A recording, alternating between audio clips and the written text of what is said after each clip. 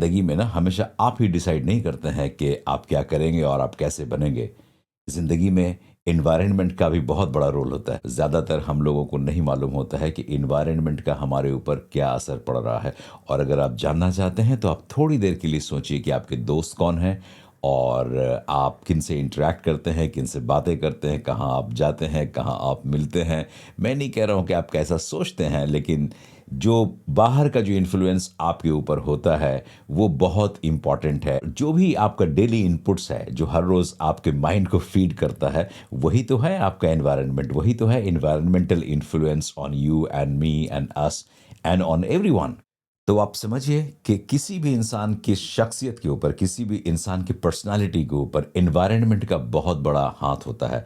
तो मैं ये नहीं कह रहा हूँ कि आप पूरी एनवायरनमेंट को चेंज कर सकते हैं, ऐसा आप नहीं कर सकते हैं।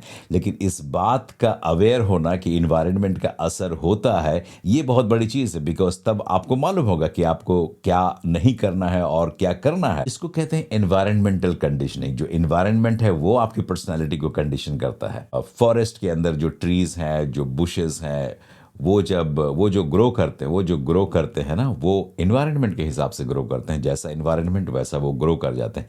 इंसान के साथ ऐसा नहीं होता है। इंसान अगर अपने आप को छोड़ देगा तो फिर एनवायरनमेंट के अंदर पता नहीं किस चीज़ से इन्फ्लुएंस होके किधर चला जाए।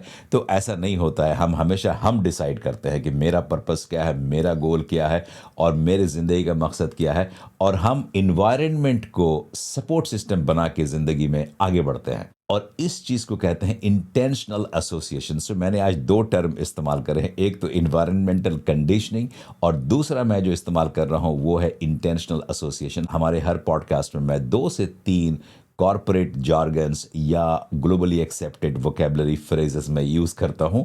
हो सकता है शायद कहीं किसी को इसका फ़ायदा पहुँचे। आपका टाइम अगर गुज़र रहा है तो क्या वो टाइम आपके एम्बिशन, आपके पर्पस के लिए गुज़र रहा है, या जस्ट गुज़र रहा है बिकॉज़ आप एनवायरनमेंट के अंदर किसी को नो नहीं कह पा रहे हैं। तो ये बहुत ज़रूरी है कि अपने आप को इंटीग्रेट करें, सेल्फ कंट्रोल करें और अपने पर्पस, गोल की तरफ अलाइन रखें और एनवायरनमेंट को अपने फ़ायदे के लिए इस्तेमाल करें।